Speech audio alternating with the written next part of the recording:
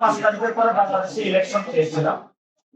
এখন তো শুধু জাতীয় ইলেকশনের দিকে আমরা এগোচ্ছি, সাধারণত ইলেকশন গুলো প্রয়োজন। সাক্ষী ইলেকশন বন্ধ করে দেওয়া হয়েছে ভয়ে। ইলেকশন বলে অনেকে হারার ভয় পায়, এই জন্য ইলেকশনের মধ্যে চলে যায়। এজন্য ইলেকশন হল জনগণ যারা আছে তারা ভোট দেয়, যে জয়ী হবে তার হাতে ক্ষমতা থাকবে।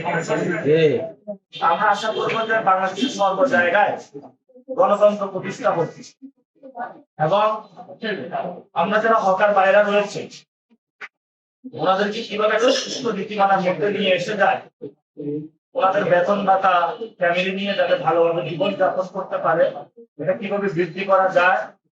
যেই ক্ষেত্রে এমনিতেও মূল্যবান শিল্প শেষ হয়ে যাচ্ছে, যারা হকার্স বাইরে রয়েছে তারা কই যাবে, পত্রিকাগুলো বন্ধ হয়ে যাচ্ছে, অনলাইনে সবাই চলে যাচ্ছে, এই মানুষগুলো কোনো একটা ব্যবস্থা করতে হবে। ইনশাআল্লাহ আমরা হকার্স বাইরের পাশে থাকবো।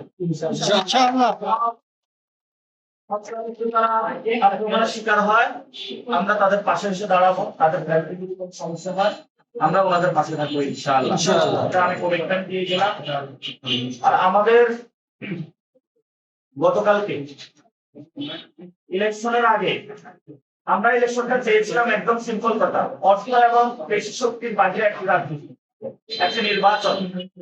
কিন্তু ইলেকশনের আগে আমরা দেখলাম কারো হাতে অস্ত্র, কারো হাতে দা, কারো হাতে এখন মাদক পাওয়া যাচ্ছে।